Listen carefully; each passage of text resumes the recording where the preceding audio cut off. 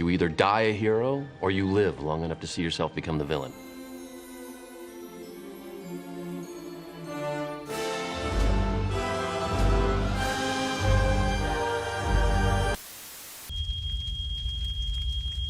This is fine. I'm okay with the events that are unfolding currently. That's okay. Things are gonna be okay.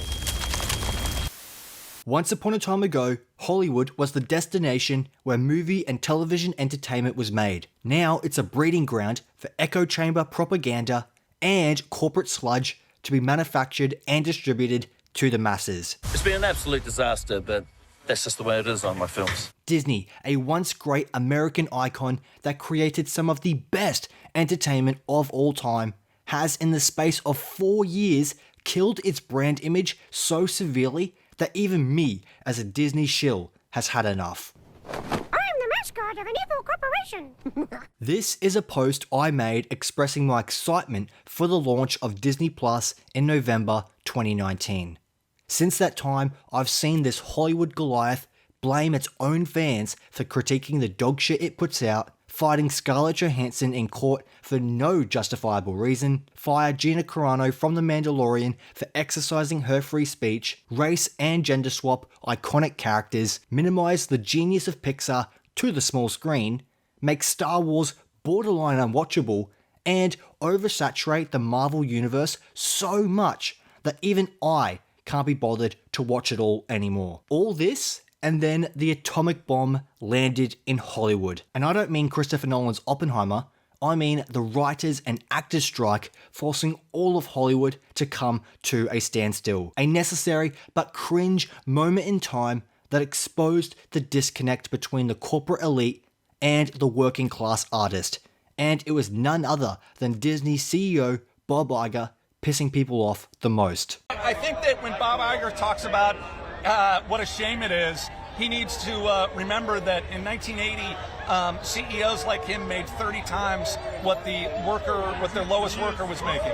Now Bob Iger makes 400 times what his lowest worker is. And I think that's a shame, Bob. And maybe you should take a look in the mirror and ask yourself, why is that? And not only why is that, is it okay?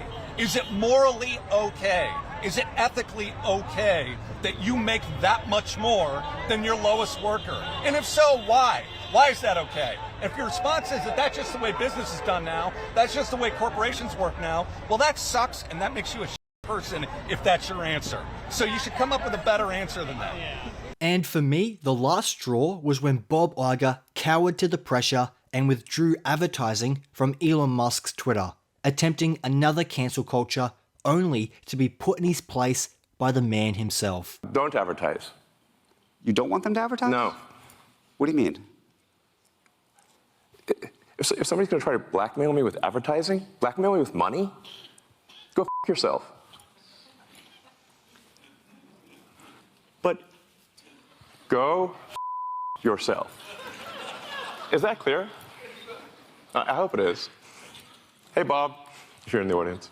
Elon is 100% right, and it exposed how weak the leadership is right now at Disney. Bob Iger is responsible for adding Pixar, Marvel, and Star Wars to the Disney family, guiding those franchises to enormous financial or storytelling success, and then retired with the ultimate slam dunk being the highest grossing movie of all time, Avengers Endgame. This dude was the Michael Jordan of Hollywood. What he accomplished was the Hollywood equivalent of winning the Super Bowl in your last game. Now he's come out of retirement to board a sinking ship. And if I remember correctly, the last time a boat this big sunk, it killed Leonardo DiCaprio. The target audience for the Walt Disney Corporation is children and families. All the IP they've acquired suit that demographic. And that's why I was such a big fan of all my favourite pieces of entertainment being in one place on a streaming service. You provide value and I'll pay for it. But I'm not paying for it anymore. With subscription prices increasing in order to compensate for the money they're losing, that really disturbs me. But not only is it becoming more expensive, but the quality is becoming far worse. I am not going to pay for something that pisses me off and doesn't provide the one thing it's supposed to: entertainment. Disney is an entertainment company, And in recent years, they've become so obsessed with social justice issues, fan-baiting controversy, and telling stories that focus on social politics rather than just telling good stories. It may have been subtle previously, but it's not anymore. Watch this clip. Our leadership over there has been so welcoming to my not at all secret gay agenda. What? Bro, what are you talking about, man? My not at all secret gay agenda. Last time I checked, Disney was making content for kids.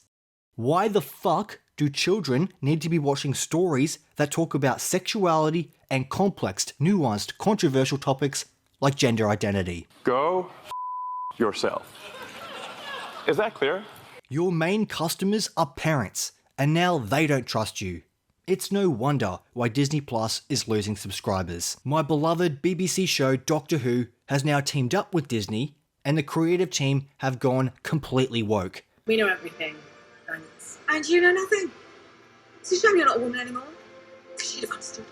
And a show that's aimed for kids is no longer about heroes and villains, scary monsters and space adventures.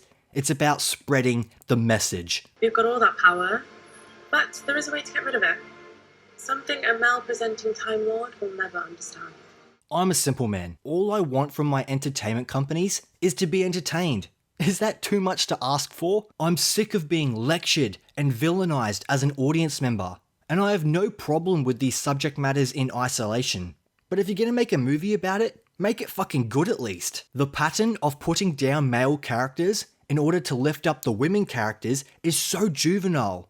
And this blueprint has infected Marvel, where Thor, Hulk, and Nick Fury have been character assassinated and now get characterized as incompetent goofballs.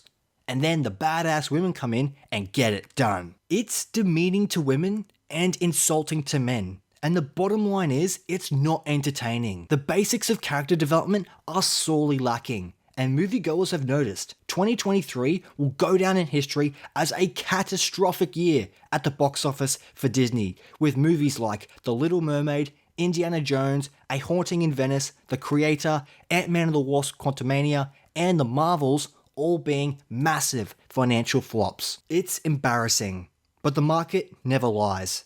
And the market has clearly rejected the shitty products that have been given to us this year. Time will tell if Disney has learned the right lessons from these setbacks, and there seems to be some minor indication of this, but we'll have to wait and see. In the meantime, I won't be giving any more of my hard-earned money to Disney Plus until they redirect the ship towards consistent, elite entertainment that is worthy of my time and attention.